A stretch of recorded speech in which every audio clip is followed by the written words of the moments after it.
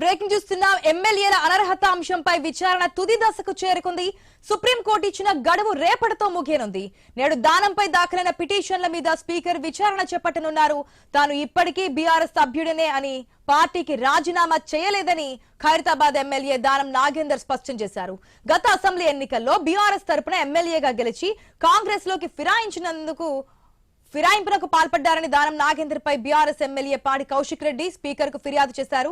Party ఫిరాయింపుల నిరోధక చట్టం కింద దానంను ఎమ్మెల్యేగా అనర్హుడిగా ప్రకటించాలని కోరారు.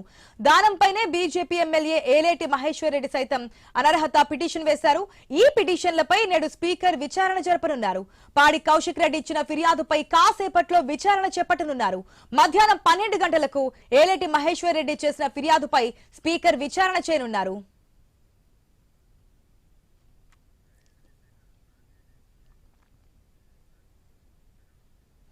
అయితే 10 మందికి సంబంధించి ఇప్పటి వరకు 8 మందిపై విచారణ పూర్తయింది. ఎమ్మెల్యేలు తెలం వెంకట్రావు, బండ్ల కృష్ణమోహన్ రెడ్డి, గూడెం మహిపాల్ రెడ్డి, ప్రకాష్ గౌడ్, అరికెపూడి గాంధీ, పోచారం శ్రీనివాస్ రెడ్డి, కాలయ్య యాదయ్యల ఈ 8 మందికి సంబంధించి అనర్హత పిటిషన్లను డిస్మిస్ చేస్తూ స్పీకర్ అయితే తీర్పు ప్రకటించారు. ఇక జగిత్యాల ఎమ్మెల్యే సంజయ్ పైన విచారణ పూర్తయింది. నిర్ణయం స్పీకర్ వద్ద రిజర్వ్ లో ఉంది.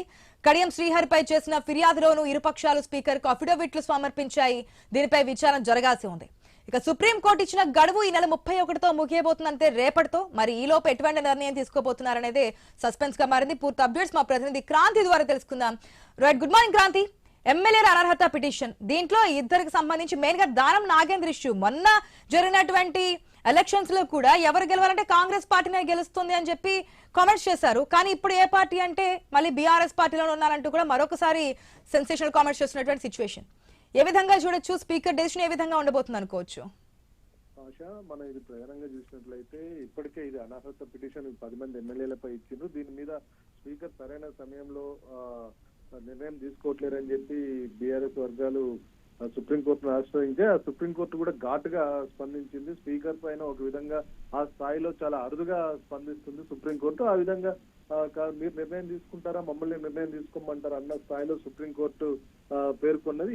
ఈ నేపథ్యంలో కాస్త విచారణ స్పీడప్ చేశారు.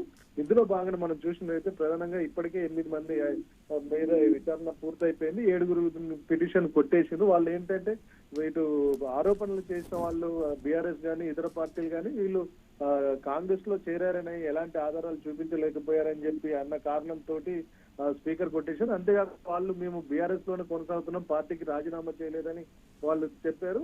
దీంతో వాళ్ళ పక్కన పెట్టారు. అయితే ఇటు మనం చూసినట్లయితే ప్రధానంగా దానం నాగేందర్ గానీ కడియం శ్రీహరి గానీ ఈ 2 కేసులు కూడా చాలా భిన్నమైనవి. ఎందుకంటే మనం ఇక్కడ చాలా స్పష్టమైన ఆధారాలు కనిపిస్తున్నాయి. ఇప్పుడు దానం నాగేందర్ మనం చూసినట్లయితే పార్లమెంట్ ఎన్నికల్లో కాంగ్రెస్ తరఫున పోటీ చేసిండు. అంతేకాకుండా కడియం శ్రీహరి తన కూతురు పార్లమెంట్ సభ్యురాలుగా పోటీ చేసినప్పుడు తను ఆ పార్టీ కండవ కప్పుకొని కాంగ్రెస్ పార్టీకి ప్రచారం చేసి ఇవన్నీ కూడా పూర్తి ఆధారాలు బీఆర్ఎస్ మనకి ఈరోజు సబ్మిట్ చేసే అవకాశం ఉంది. అంతేకాకుండా ఇప్పుడు ప్రధానంగా ఈ రోజు అయితే దానం నాగేందర్ పైన విచారణ కొనసాగుతుంది. ఈ దానం నాగేందర్ పైన ఇటు పాడి కౌశిక్ రెడ్డితో పాటు బీజేపీ ఎమ్మెల్యే ఏలేటి మహేశ్వర్ రెడ్డి కూడా అనర్హత పిటిషన్ వేశారు. ఈ రెండింటిని కలిపి ఈ రోజు విచారిస్తున్నారు. ఇప్పటికి మరికొద్ది సేపట్లో పాడి కౌశిక్ రెడ్డిని స్పీకర్ పిలిచారు. ఆ స్పీకర్ దగ్గర ఆయన వాదనలు వినిపించనున్నారు. ఆయన దగ్గర ఉన్న ఆధారాలు కూడా చూపించనున్నారు. మధ్యాహ్నం 12 గంటలకి ఏలేటి మహేశ్వర్ రెడ్డి విచారణకి హాజరు కానున్నారు స్పీకర్ దగ్గర.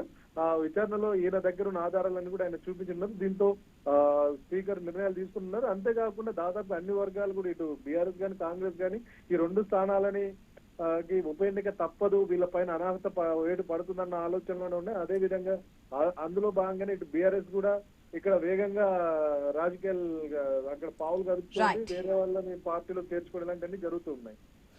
Right, thanks for the update.